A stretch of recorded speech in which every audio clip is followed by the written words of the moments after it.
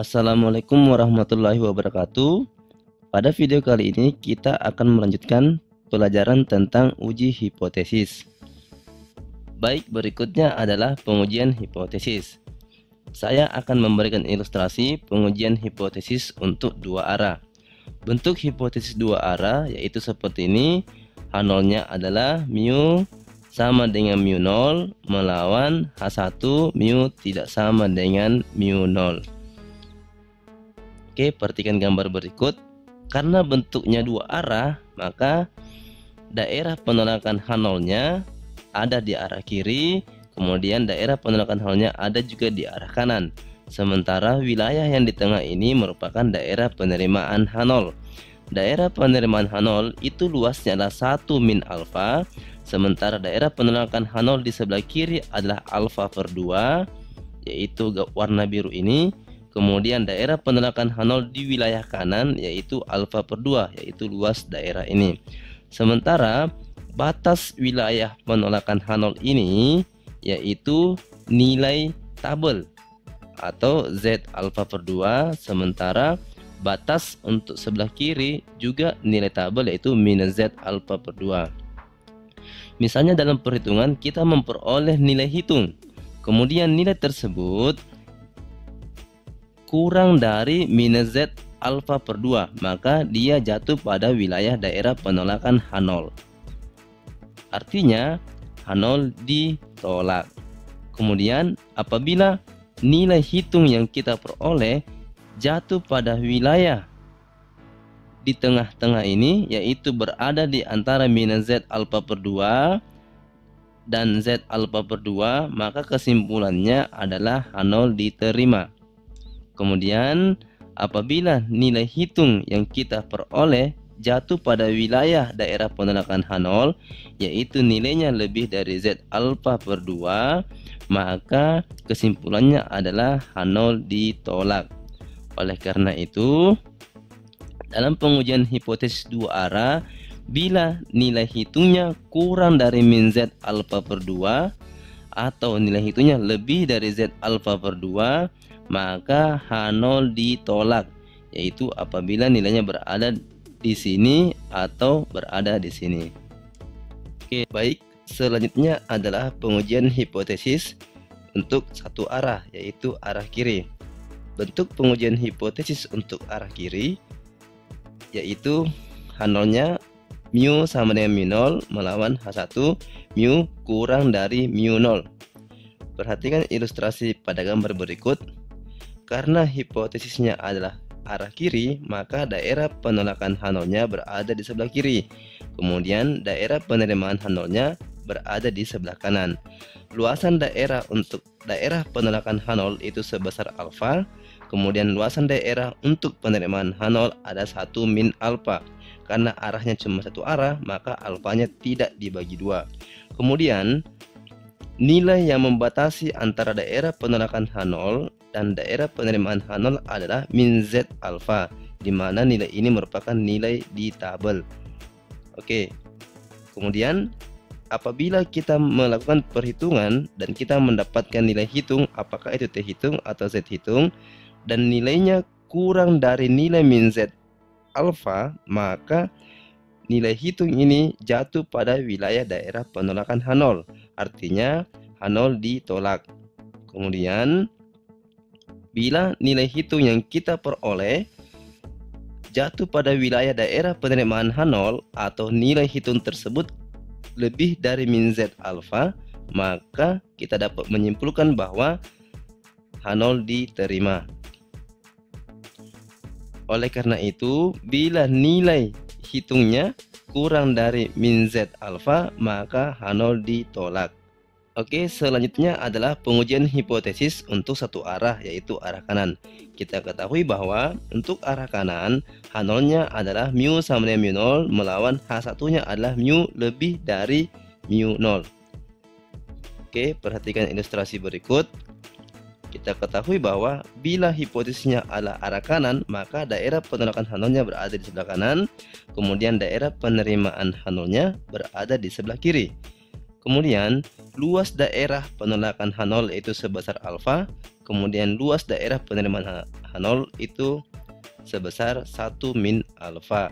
Kemudian nilai yang membatasi antara daerah penolakan H0 dan daerah penerimaan H0 adalah Z alfa. Nilai ini merupakan nilai tabel. Oke. Kemudian apabila kita melakukan perhitungan dan kita mendapatkan nilai hitung, apakah itu T hitung atau Z hitung, dan nilainya lebih dari nilai Z alfa pada tabel, maka nilai tersebut jatuh pada di daerah penolakan H0. Artinya H0 ditolak. Kemudian apabila nilai hitung yang kita peroleh nilainya kurang dari Z alfa atau kurang dari nilai tabel, maka nilai hitung tersebut jatuh pada di daerah penerimaan H0. Artinya H0 diterima. Oke, oleh karena itu apabila nilai hitungnya lebih dari Z alfa atau nilai hitungnya lebih dari nilai tabel, maka H0 ditolak. Baik, selanjutnya adalah pengujian hipotesis dengan membandingkan nilai peluang alfa dan nilai p-value.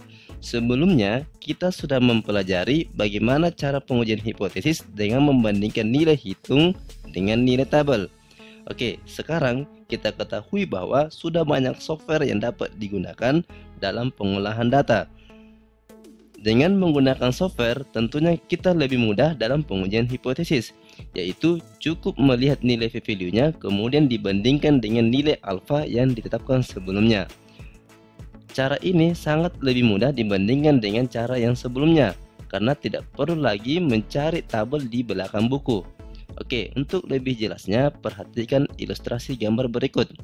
Berikut, kita akan mempelajari cara pengujian hipotesis dengan bentuk hipotesis satu arah, yaitu arah kanan. Kita ketahui bahwa untuk hipotesis arah kanan, daerah penerimaan H0 berada di sebelah kiri, kemudian daerah penolakan H0 berada di sebelah kanan. Kemudian, bagaimana sih cara membandingkan nilai alfa dan nilai p-value? Nah, misalnya pada daerah ini, yaitu daerah penolakan H0, daerah yang warna biru ini adalah besarnya nilai peluang alfa. Oke, kemudian setelah kita mengolah data, ternyata diperoleh nilai p-value itu sebesar yang warna orange ini. Nah, coba kita perhatikan, ternyata warna orange ini luas wilayahnya lebih kecil dibandingkan dengan yang warna biru ini.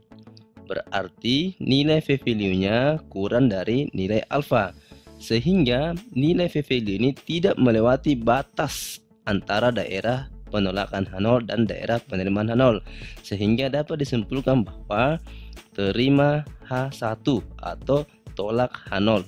Kemudian bila kita melakukan pengolahan data, kemudian nilai p-value yang diperoleh melewati dari batas daerah penolakan H0 dan daerah penerimaan H0, maka luasan daerah p-value ini sudah melebihi dari luasan daerah alfa atau menyeberang ke wilayah daerah penerimaan H0. Artinya H0 diterima. Oleh karena itu, bila kita mengolah data menggunakan software, cukup perhatikan saja nilai p-value-nya.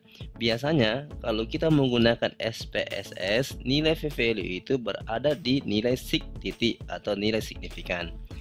Apabila nilai p-value kurang dari nilai alfa, maka kesimpulannya adalah tolak H0. Oke, nah pertanyaan berikutnya adalah berapa sih nilai alfa yang ditetapkan pada penelitian? Nilai alfa itu bergantung pada bidang keilmuan masing-masing. Semakin kecil nilai alfanya, maka semakin kecil kesalahan dalam pengambilan kesimpulan. Artinya, bila alfanya 5%, maka tingkat keyakinan kita dalam pengambilan kesimpulan tersebut itu sebesar 95%. Kemudian bila alfanya 1%, maka kesalahan kita itu hanya sebesar 1% dan keyakinan kita sebesar 99%. Nilai alfa dan nilai value memiliki kesamaan, yaitu sama-sama nilai peluang kesalahan. Namun nilai alfa adalah nilai yang ditetapkan sebelum pengolahan data, sementara nilai p-value adalah nilai yang diperoleh pada saat kita mengolah data menggunakan software. Oke, baik. kembali ke ilustrasi sebelumnya, yaitu ilustrasi pengujian hipotesis dalam proses pengadilan. Sebelumnya, kita sudah mempelajari bahwa ada 3 unsur utama yang ada dalam proses pengadilan, yaitu hakim sebagai statistik uji, jaksa sebagai peneliti, dan terdakwa sebagai data atau model.